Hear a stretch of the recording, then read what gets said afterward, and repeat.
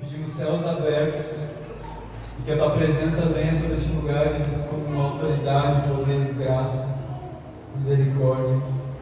Jesus, abra os corações daqueles que precisam ouvir, Jesus.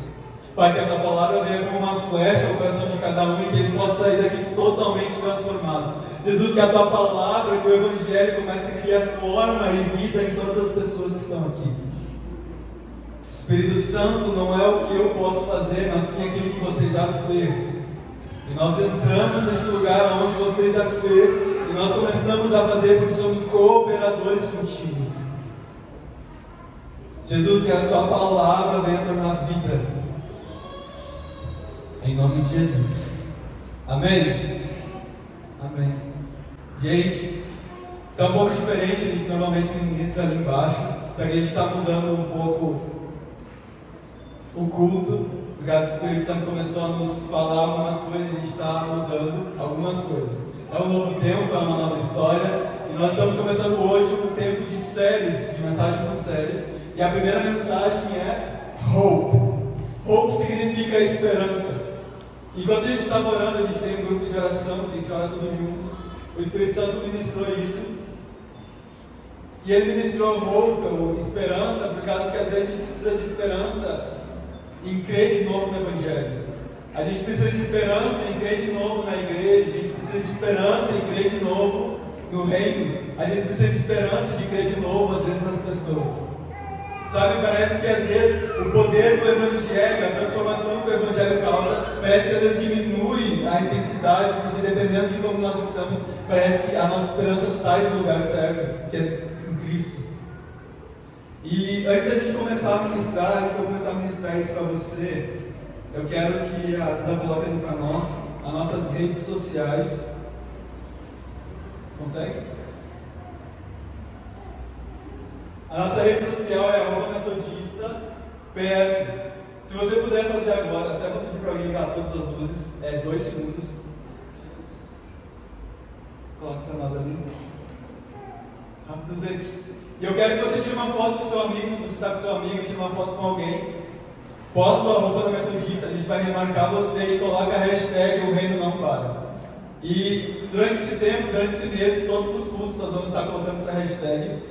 Eu estava ali, o me falou, coloca essa hashtag, o reino não para. Sabe por quê? Porque a nossa esperança no reino tem que voltar a crescer. A nossa esperança no Evangelho, na pregação do Evangelho, ela tem que voltar a crescer. Então, eu quero que você pegue seu celular, tire uma foto no Instagram, coloque ali, @metodista_pf, e poste, e coloque o reino não para. Eu vou tirar uma aqui de todos vocês. Celular do meu amigo.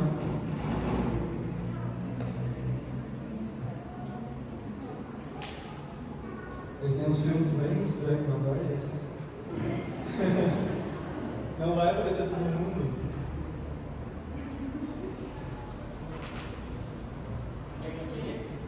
Não, tira. Vou só sair das luzes.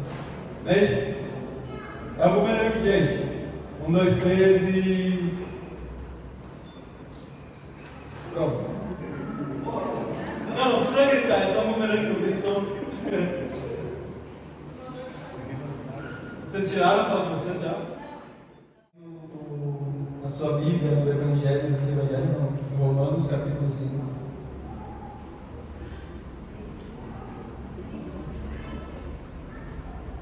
Eu quero dizer que se você é a primeira vez que você está vindo aqui, algumas pessoas eu não conheço, você é muito bem-vindo. Você é muito bem-vindo. Você vem de Caxias, né?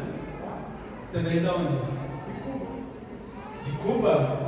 Uau! Vamos dar um salve de palmas para ele. Seja muito bem-vindo aqui nesse lugar em que a gente puder te ajudar. A gente está aqui como igreja e como irmãos, amém? E todos aqui que são novos também, esse apóstolo que foi para ele também foi para você, que você se sinta acolhido nesse lugar, amém? Aqui é um lugar de novos recomeços e que você possa se sentir totalmente em casa.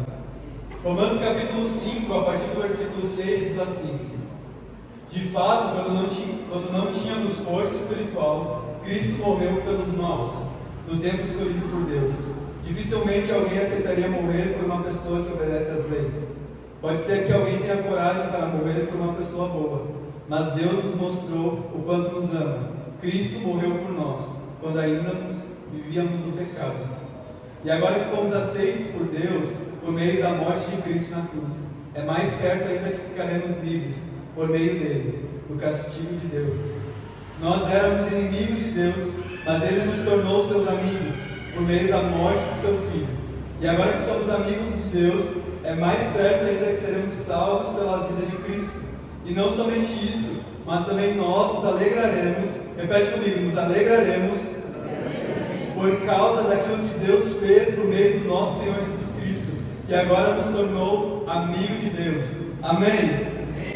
Cara, não tem como eu falar sobre esperança e esperança no Evangelho se eu não pregar a cruz de Cristo, se eu não pregar o Evangelho puro, a graça pura, o que Cristo realmente fez na cruz. Sabe, a gente pensa, a gente começa a falar sobre o Evangelho e sobre esperança. A primeira coisa que me vem à mente é: eu não tinha esperança alguma de nada.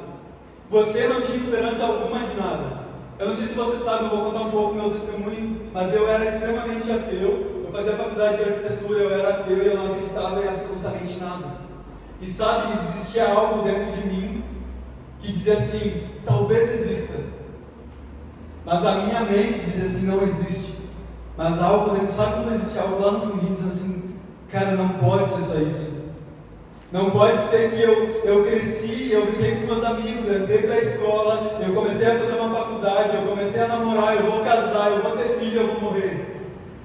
Sabe, eu não posso limitar a vida exatamente só isso.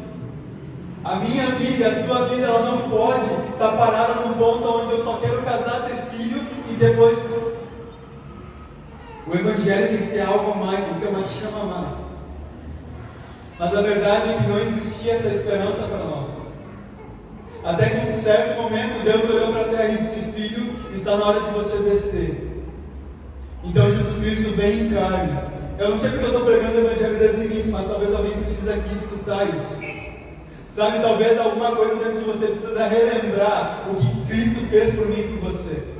Sabe, existe uma chama que precisa voltar a reacender em você. Uma esperança do que o Evangelho fez em você e fez em mim. Então, eu não acreditava, mas ao mesmo tempo existia algo dentro de mim que dizia assim: não pode ser só isso. Aí um dia eu estava chegando da faculdade e tinha uma mulher orando lá em casa. Eu olhei para ela, peguei minha mochila, passei assim correndo, larguei minhas coisas e a minha mãe disse assim: filho, vem orar aqui com nós. Quem conhece minha mãe sabe que ela é muito querida, eu nunca negaria nada para ela, mesmo que eu não quisesse. E daí eu cheguei e eu disse: não, mãe, eu posso orar assim. Daí eu cheguei, dei as mãos para aquele grupo de oração assim, só as mulheres do fogo, fechei meus olhos. E eu disse assim: só vou esperar essa mulher acabar e vou voltar para o meu quarto e vou estudar. Eu fecho os meus olhos, então eu começo a ter uma visão espiritual. Eu era ateu, eu não acreditava em absolutamente nada. Eu estava morto, meu espírito estava morto, tudo em mim era morte. E como se fosse no estalar de dedos, tudo começou a ganhar vida. Eu comecei a ter uma visão, eu vi vários anjos atrás daquela mulher. E parece que um pano branco passou por trás de mim e aquilo me abraçou, sabe? E quando aquilo me abraçou, todas as minhas faltas começaram a ir embora. Falta de autoestima, a minha tristeza, a minha angústia, a minha depressão, as minhas dúvidas, com um abraço apenas começou a me preencher e eu comecei a simplesmente chorar. E ali eu percebi que eu não era mais um inimigo de Deus, eu comecei a me tornar um amigo de Deus. Sabe, eu preciso que você comece a relembrar o momento em que Jesus ele chegou até você e disse assim: ei, olha para mim. Eu sei que o que você está vivendo não é tudo isso. A vida não é só isso. Teve pessoas aqui que já tentaram suicídio, mas Jesus chegou no último momento e disse assim: ei, a vida não é só isso. E daí no momento que a gente para e olha para os olhos de Cristo, a gente encontra a vida que a gente não encontrou em nenhum outro lugar. Parece que o Evangelho começou a reacender algo em nós. Reacender, talvez seria até a palavra errada. Começou a viver algo em nós. Reacender é quando algo apaga, mas viver é quando saiu da morte para a vida. Sabe o que o Evangelho tem poder de fazer em mim e você? É pegar eu e você de um lugar onde não tem vida e trazer nós para vida. Nós saímos de um lugar de morte, sem esperança, de um lugar onde a gente não tinha muito futuro, e nós começamos a caminhar para um lugar onde tem esperança, vida e vida em abundância. A gente saiu de um lugar onde havia apenas tristeza e começamos a receber da unção de alegria do Senhor e começamos a viver em alegria. Nós saímos do pior buraco e começamos a nos assentar com Cristo nas regiões celestiais. E sabe o que isso me lembra do meu início? É que eu comecei a me apaixonar por Ele. Eu olhava para Jesus e dizia assim, eu não via sentido nenhum antes, mas agora eu quero pegar um colchão, botar no meio da igreja e ficar aqui. Porque eu não quero nunca mais sair da Tua presença. Foi isso que cantaram hoje. Nunca mais. E daí algo começou a ser transformado em mim. Eu já ministrei isso há algum tempo atrás aqui mesmo. Nós fomos formados conforme a forma de Deus. Deus, Ele fez toda a criação, Ele criou, mas o homem Ele formou. Só que daí quando o pecado veio em Adão, o pecado nos deformou. E quando Cristo morreu na cruz, Ele começou a nos reformar. Nós saímos de uma forma para uma deforma e estamos sendo reformados. Você consegue entender que há um processo? E às vezes a gente está se cobrando tanto. Jesus apareceu e a gente acha, não, de um dia para a noite eu vou me tornar exatamente como Cristo é, em plenitude, maturidade, mas não é assim.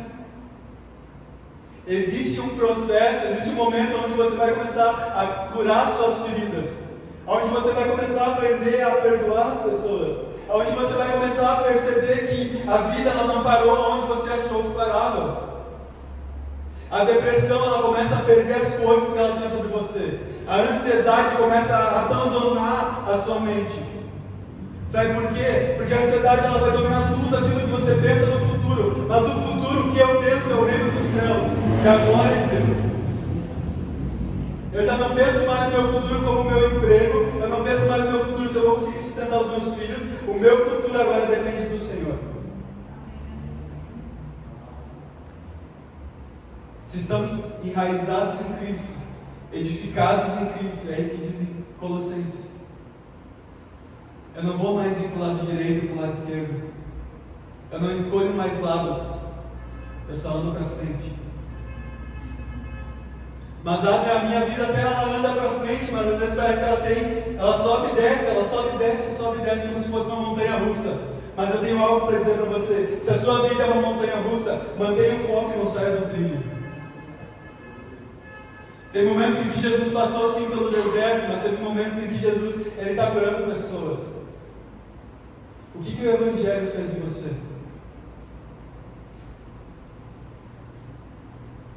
Feche seus olhos um segundo.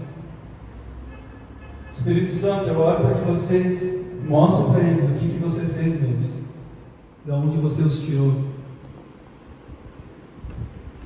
e para onde você está levando eles.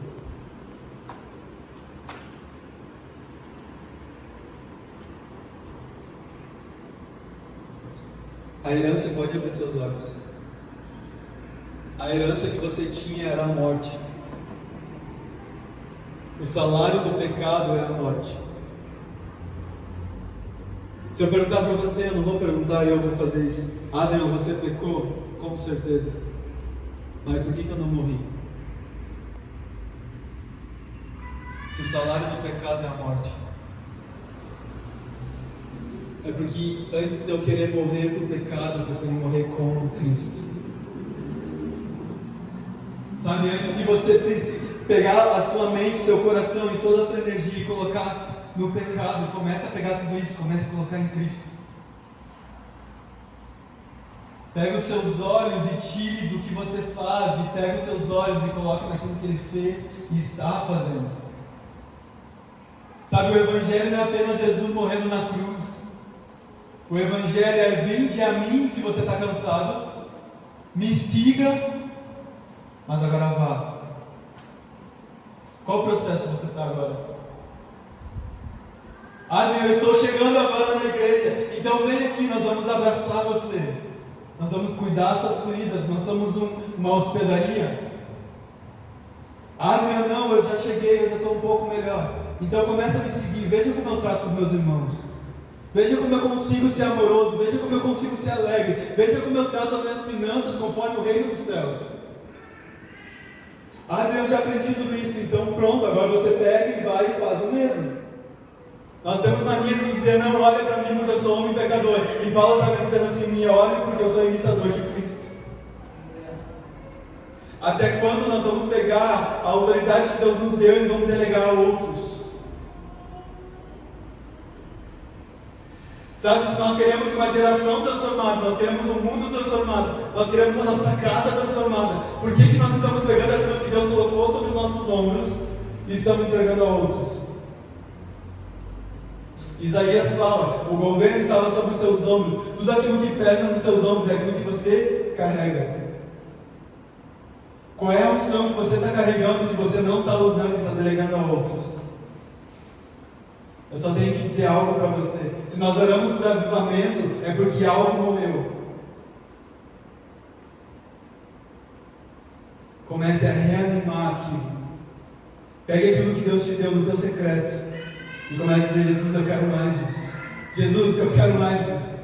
Jesus, eu não estava chorando tanto, mas agora eu quero chorar mais. Eu quero me entregar na tua presença, Jesus. Eu quero começar a viver o evangelho de verdade, simples, mas profundo. Um evangelho que transborda a vida, um evangelho que traz água a quem tem sede, um evangelho que dá pão a quem tem fome, um evangelho daquele que as pessoas olham e dizem assim, realmente quando você chega no lugar, as trevas vão embora. Realmente quando você chega no lugar, tudo ganha sabor, porque você não é apenas luz, mas você também é sal.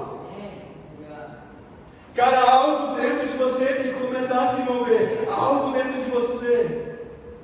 Eu estava falando isso no Simplão, na minha última ministração. Sabe, quando nós vivemos no Evangelho, quando nós vivemos pelo Espírito, assim como diz lá em João 13, Jesus está falando com Nicodemos, ele diz assim, aqueles que nasceram do Espírito vão ser guiados pelo Espírito. Eu sei que isso já aconteceu com você. E você está parado e parece que algo te leva para um lugar e você diz, eu não sei o que está acontecendo, mas eu preciso ir, eu preciso falar, eu preciso cantar, eu preciso pregar, eu preciso abençoar. Algo te leva, é sobrenatural, mas é tão natural. É sobrenatural para o mundo, mas é natural para mim e para você, porque se nós nascemos de novo, já não somos mais carnais, mas agora somos espirituais. Você está entendendo o que eu estou falando para você hoje? Algo dentro de você tem que começar a gerar vida. Algo dentro de você tem que começar a borbulhar um rio de águas vivas. Eu não quero mais ser um lugar, eu não quero mais ser uma pessoa que simplesmente para e começa a beber água. Eu quero ser aquele que bebeu a água da água viva e está entregando água viva para os outros. Se você está feliz com o cristianismo que você está vivendo, desculpa, talvez essa mensagem de esperança não é para você. Mas se você quer ir um pouquinho mais profundo, se o seu coração, se o seu espírito está dizendo assim, ei cara, acorda, tem algo a mais. Tem que ter algo a mais.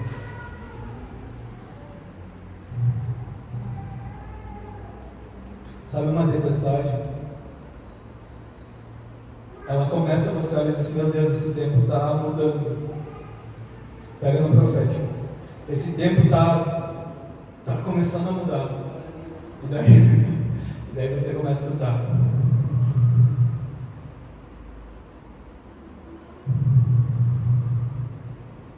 Aí tudo começa a agitar.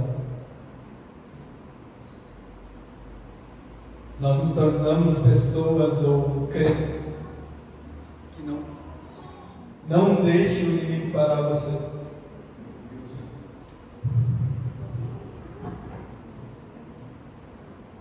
Por que eu falei da tempestade? Porque em meio à tempestade, no meio do caos que você vai estar vivendo, você vai olhar e vai dizer assim, tem um homem ali andando no meio do caos. Eu olho para os meus amigos estão dizendo assim, Pedro, sai para trás, você está muito perto da borda. E Pedro está dizendo, não, mas tem um homem ali. Jesus, é você? Não, Pedro.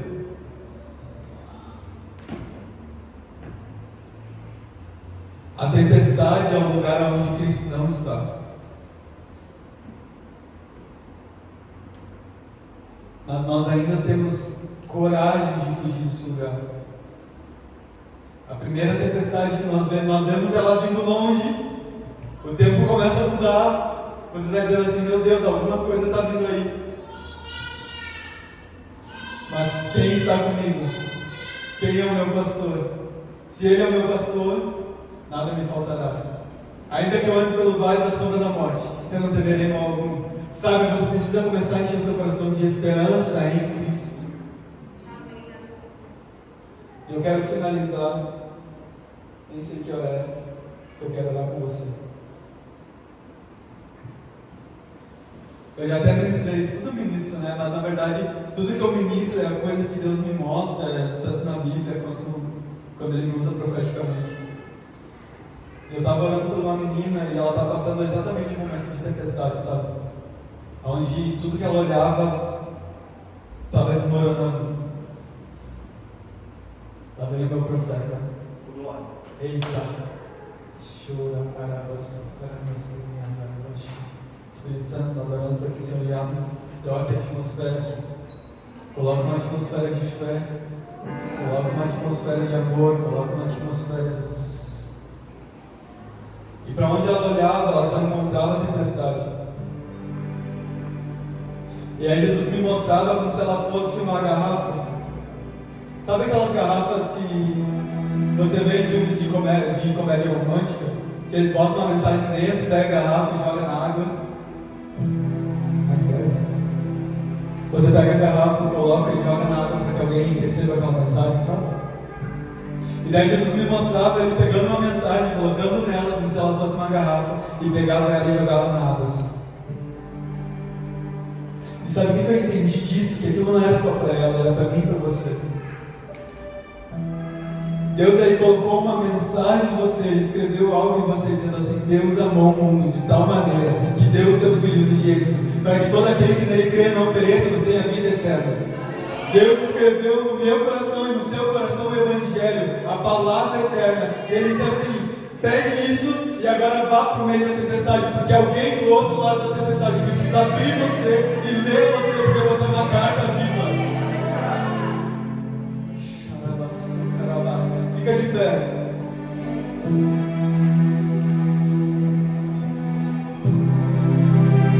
Não tenha medo da tempestade. Tenha esperança. Não fuja da luta. Tenha esperança. Comece a se mover por algo maior. Existe esperança no Evangelho para mim e para você. Mas principalmente para quem ainda não leu essa mensagem. Principalmente para quem está no meio da tempestade e não leu a mensagem do Evangelho. E essa mensagem está escrita para dentro de mim e dentro de você. E o que eu vou perguntar para você é: o que você está fazendo com a mensagem que Deus escreveu em você? O que você está fazendo com aquilo que Deus colocou nos seus ombros? Com a unção que Ele derramou em você? Eu te chamei para as nações, vá para as nações. Eu te chamei para pregar, pregue sem parar. Eu te chamei para evangelizar, vá atrás das pessoas que precisam. Eu não sei o que eu tenho para fazer ainda. Então você chega diante dele e diz assim: Jesus, eu não sei o que eu tenho que fazer, mas eu escolhi o melhor lugar, escutar você.